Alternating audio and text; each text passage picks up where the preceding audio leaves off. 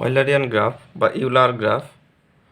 Eulerian graph বা Euler graph বলতে বোঝানো হচ্ছে এমন একটি গ্রাফ যে গ্রাফের যে কোনো একটা স্টার্টিং পয়েন্ট থেকে শুরু করে গ্রাফের সব কয়টি ভার্টেক্স ভিজিট করে এবং সব কয়টি এডজ মিনিমাম একবার ভিজিট করে সেই স্টার্টিং পয়েন্টে আবার ফিরে আসা যাবে, এবং প্রতিটি ভার্টিসেসের ডিগ্রি হবে ইভেন ডিগ্রি, তো জোড় সংখ্যক ডিগ্রি হইতে হবে। দেখুন এখানে বলছে ক্লোজ টেইল, অর্থাৎ যেখান থেকে আমরা শুরু করব সেইখানে এসে শেষ করতে হবে, এবং অল ভার্টিসেস আর ইভেন ডিগ্রি, সবগুলো ভার্টিসেসের ডিগ্রি হবে ইভেন সংখ্যক, 2, 4, 6, 8 এমন করে জোড় সংখ্যক হইতে হবে।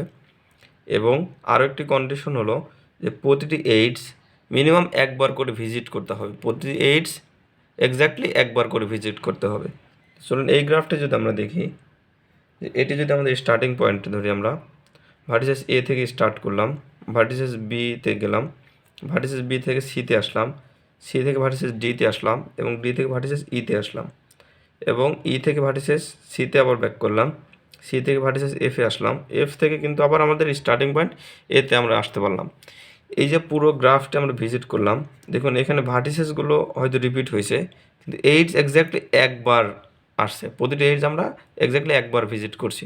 সো এটি একটা ইউলার গ্রাফ।